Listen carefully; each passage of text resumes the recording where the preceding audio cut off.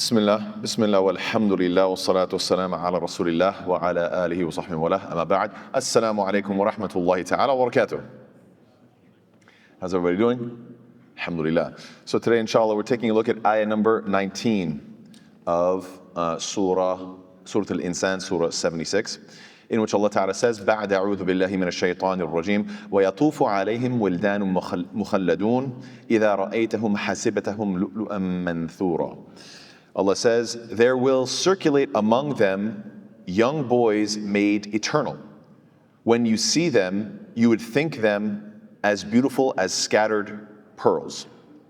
So the first question, وَيَطُوفُ عَلَيْهِمْ, what does this mean that they will be doing? Like you could say the word tawaf, right? When you make tawaf, you circumambulate, you go around something. What does it mean that they'll be going around? يَطُوفُ عَلَيْهِمْ.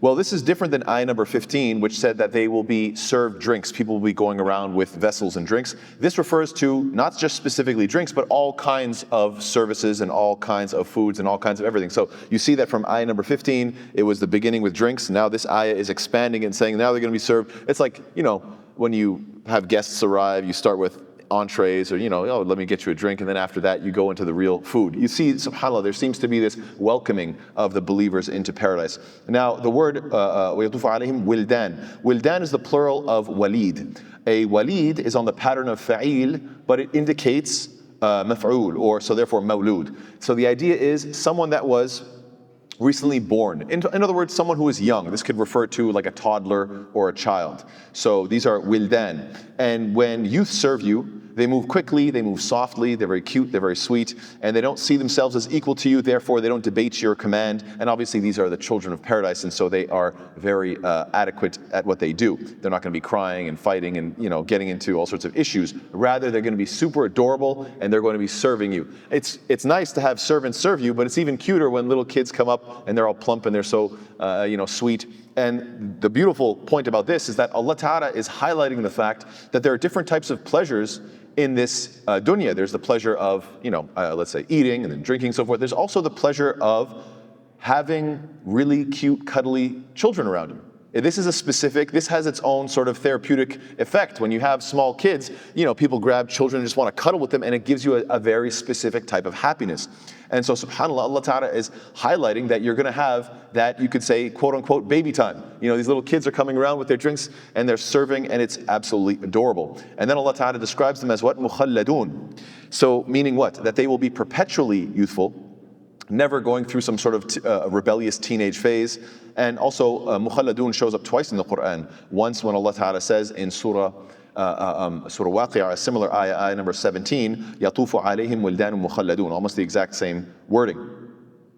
And what does it describe? Well, there's two interpretations. One is that it's describing their youthfulness, of course, and it's mukhalladun in the passive tone, or in the passive voice, the majhul. And the reason is because this is what Allah Ta'ala is doing for you. This is part of Allah Ta'ala's ni'mah to you. Another opinion is from Abu Ubaidah, which understood this word mukhalladun with the Yemeni dialect, which takes the word khuldun or khaldun or khilda, which means what? Which means an earring. And so mukhalladun means they are adorned. They're adorned with rings and so on and so forth. And so they're little cute kids, and they're all adorned with flashy, cute stuff. And now, so you could take both opinions and put them together and say that they are these cute kids and they have this adornments on them. Yes. And now, what's important to mention, which is sad that we have to mention it, but unfortunately, this ayah has been scrutinized by Orientalists, and they have made some sort of an implication that, there's some sort of a sexual connotation here, that these men will be served by these youth of paradise, and therefore they're going to be requesting some sort of a, perverted this, that, or the other. There's no mention of that anywhere in the Quran, anywhere in this ayah, anywhere in hadith. This concept is completely novel. They made it up on their own, which says more about them than it says about us. We are simply saying, look, having cute kids around is part of the pleasures of paradise. In the same way you have food around, in the same way you have beautiful trees around. And they're like, and these Orientalists, I don't know what, maybe they're watching the wrong things, maybe they're thinking about the wrong things, maybe they're doing the wrong things. I don't know what's wrong with their minds, but their minds took these ayat and said, you're going to be served by youth? We know what you're going to do with those young boys. SubhanAllah, I don't know where you people come from, I don't know where you're going, but this is a very bizarre and sick and twisted perspective that this is all you, basically. This is in your head, and that's where it came from, and that's where it's going to stay. Alhamdulillah, we are not like this.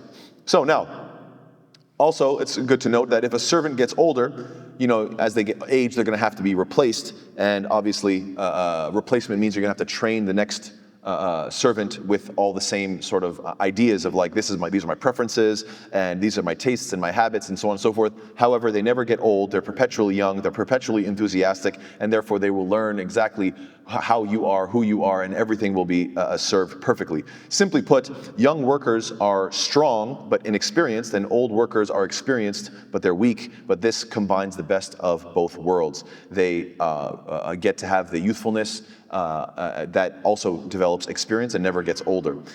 Then, yes, so Allah Ta'ala then says that وَيَطُوفُ عَلَيْهِمْ وِلْدَانٌ مُخَلَّدُونَ إِذَا رَأَيْتَهُمْ حَسِبْتَهُمْ لُؤْلُؤًا مَنْثُورًا إِذَا رَأَيْتَهُمْ.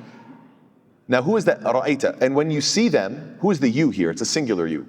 So this could be the primary understanding is that this is referring to the Prophet when you see them. But it could be referring to any of the listeners. So it could be me, you, anybody else. And it's speaking to you on an individual basis. And when you get to see this scene or these servants, وَإِذَا رَأَيْتَهُمْ حَسِبْتَهُمْ, you would think of them, you would consider them to be لُؤْلُؤًا مَنْثُورًا. You would think of them as pearls that are scattered, or scattered pearls. Now what's interesting is that this is the way you see it, this is the way you are thinking, which means that maybe that's not exactly what it is. This is one perspective, which is that when objects seem scattered, the implication is that they are random.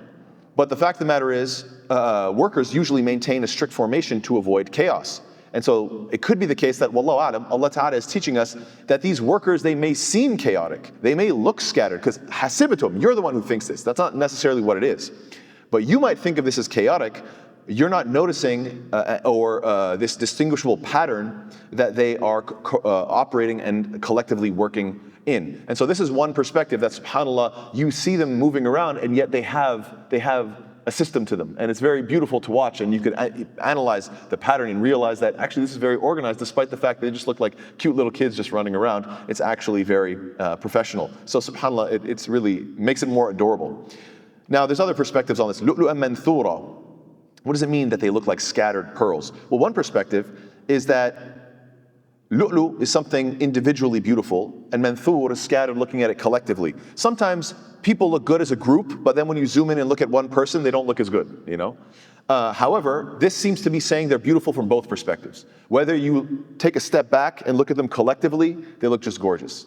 They look amazing. And when you zoom into any one of them, subhanAllah, it's like a unique gem. It's like a pearl itself. And also, maybe pearls on a string that are too well organized would make it seem that each servant is like a robot. Whereas when you say scattered pearls, it gives it its own sense of uniqueness. Like they just move how they want to move. They're not like robotically moving. So it actually gives it more cuteness as well. And there's something that's even more beautiful about scattered pearls. Perhaps the fact that if somebody keeps their pearls very organized and in a very strategic and organized way, then it kind of gives the idea that this person has so much value for them.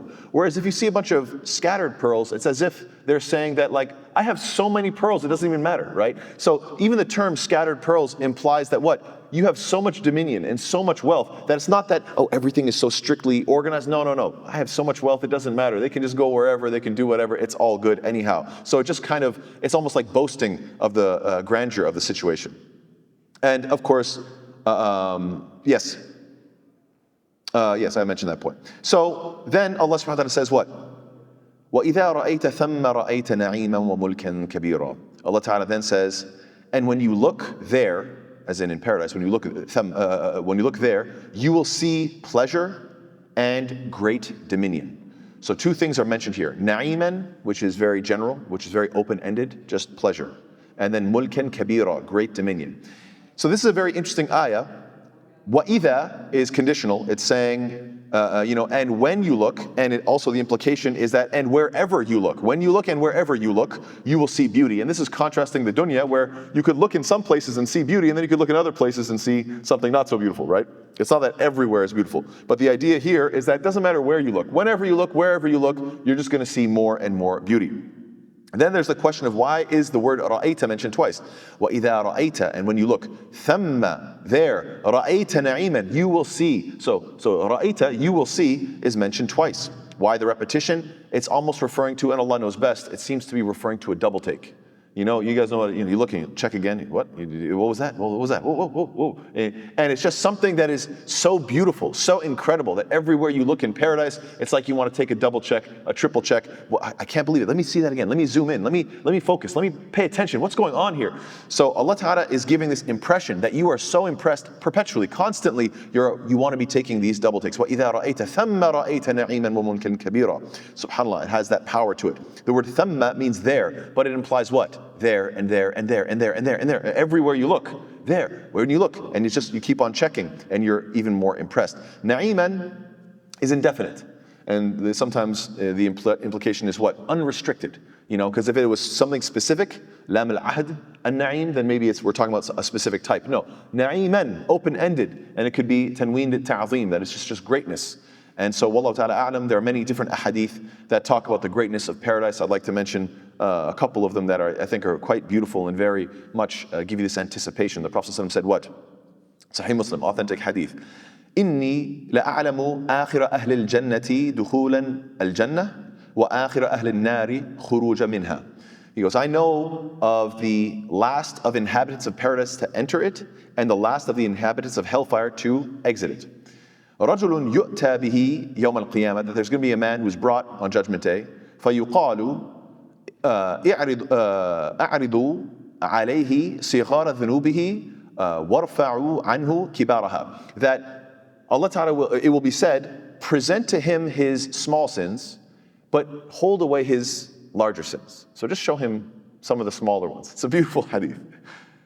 فَتُعْرَضُ عَلَيْهِ صِغَارَ ذُنُوبِهِ. So he's going to be presented with these smaller sins. فَيُقَالُ عَمِلْتَ يَوْمَ كَذَا وَكَذَا كَذَا وَكَذَا وَعَمِلْتَ يَوْمَ كَذَا وَكَذا كَذَا. So he's going to be asked, or told basically, on such and such day you did such and such deed. On such and such day you did such and such deed. And so this guy's going to be seeing all these minor sins being presented in front of him, and just one after the other. This is the last guy to get out of hellfire, so he's got clearly a lot of sins on him, and he's sitting there and he's getting nervous. فيقول نعم, he's saying yes. Why? لا يستطيع أن ينكر وهو مشفق من كبار ذنوبه أن تعرض عليه. That he's sitting there and he has no way to deny anything, and he's completely terrified that maybe once the smaller sins are going to get ran through, then the big sins are going to get mentioned. So this guy, he's panicking, thinking this is just the small stuff. I know I got big stuff going on, so he's nervous.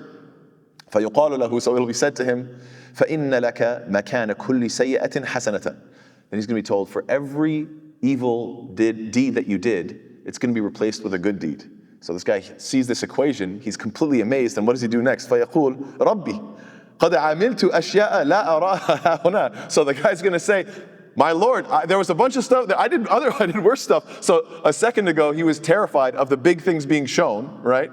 And now he's saying, no, what about the big stuff? If all of my small deeds are getting replaced into good deeds, no, I got big sins too. So let's check those too, so we can switch those as well. And so, of course, وَلَقَدْ رَأَيْتُ رَسُولَ اللَّهِ صَلَّى اللَّهُ عَلَيْهِ وَسَلَّمَ ضَحِكَ حَتَّى بَدَتْ نَوَاجِذُهُ. That the Prophet began to laugh so loud, that so hard that you got to see his full smile, subhanAllah. So it's a very, very beautiful hadith, and it's a very funny scene. The idea of a guy terrified that his big deeds will be shown. And then now he's like, no, let's talk about the big ones too, because he realized that there's a whole exchange going on, so he thinks he's going to profit from it. So subhanAllah, this goes to show Allah's mercy on Judgment Day. Another hadith, the Prophet says, إِنَّ لِلْمُؤْمِنِ في الجنة لخيمة من لؤلؤة واحدة مجوفة طولها 60 ميلا للمؤمن فيها أهلون يطوف عليهم المؤمن فلا يرى بعضهم بعضا. In paradise there will be for the believer a tent of a single hollowed out pearl. You know how they show you, oh, this was made from one piece of wood. Oh, this was made from one rock. This whole table. You see these in these YouTube videos where they're showing like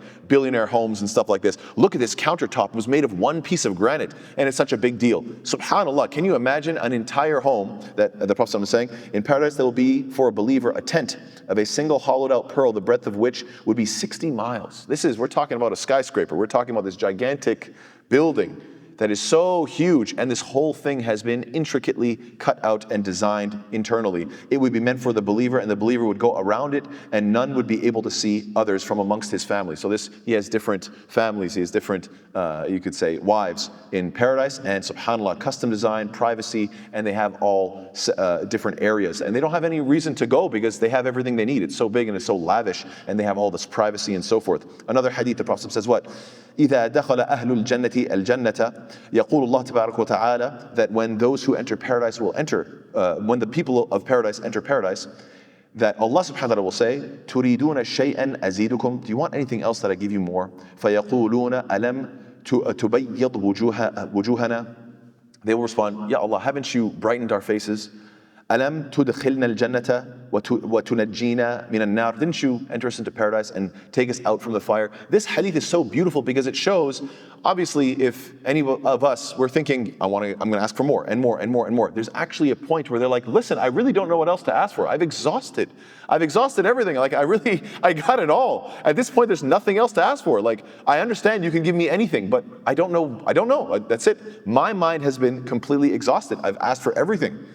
فيكشف الحجاب فما أعطوا شيئا أحب إليهم من النظر إلى ربهم عز وجل.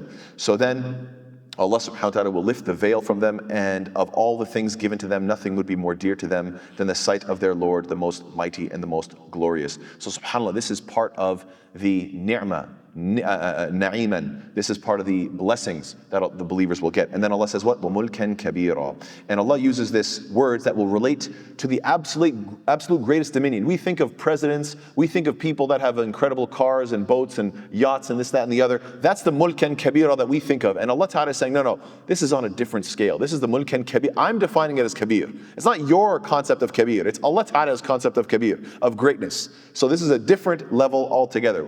We don't have the faintest clue of what greatness looks like relative to when Allah subhanahu wa ta'ala describes it. Most of us think of having dominion like a king. That would be shocking for the layman, but perhaps maybe it would feel commonplace for an actual king in this dunya. However, no, this is the greatness defined by Allah Ta'ala. So even the wealthiest person, the most powerful person, will be absolutely baffled and shocked by it. Also, when you see something magnificent, you want it for yourself. So the very next words, mulkan kabira, so Allah Ta'ala is saying, everything you see, you get to have it. And we talk about that, sal sabila, right? Sal sabila means ask the path. Sal means, is'al, right? Ask. Sabil, ask the path. So this idea of every time you see something you want, you can just ask for it, and subhanAllah, you get it immediately. So whatever dominion you see, it's going to be yours. That's one interpretation. You'll have dominion over everything. It'll be instantaneously yours. And another possibility is that the believers are looking up at the arsh of Allah subhanahu wa ta'ala, and subhanAllah, they get to look and see mulkan kabira. True greatness is who? Is the one that is above them constantly, and they get to be grateful to their Lord that they have entered into paradise and they're close to their Lord by seeing the arsh of Ar-Rahman. I just want to finish off with one beautiful poem. Not even a poem, it's just really a couplet. It says, هناك ستعيش ملكا في القصور بين الجمال والحور أفلا تكون في الدنيا صبور. Which translates to, there you'll be kings with castles in the skies, in blissful beauty and among heavenly wives, so won't you be patient with your worldly lives. I always try to make it rhyme in English. So anyway, it's a it's short, but it's cute, right? Subhanallah. هناك تعيش ملكا في القصور. There you'll be kings with castles in the skies, right? بين الجمال والحور, in blissful beauty and among heavenly wives. أفلا تكونوا في الدنيا صبور. So shouldn't you be patient in this dunya? You know, everything we look forward to, and of course we look forward to lots of different things we'll have in this dunya, but anybody who's older will know that as you get one thing after the other, these things, you get older, you realize that, desires never end. After getting one thing, you want the next. The only thing that the true intelligent person should focus on is what? Focus on the akhirah, focus on Allah subhanahu wa ta'ala. Recognize that this life was given to you, recognize that this is a gift, recognize that Allah subhanahu wa ta'ala can give you infinite blessing if you focus on Him. May Allah ta'ala make us of those who are always reaching for paradise. Ameen ya Rabbil Alameen. May Allah ta'ala forgive us for our shortcomings. May Allah ta'ala make us obsessed and constantly connected to the book of Allah, to His book. Ameen ya Rabbil Alameen. Jazakallah khair. Wassalamu alaikum wa rahmatullahi wa barakatuh.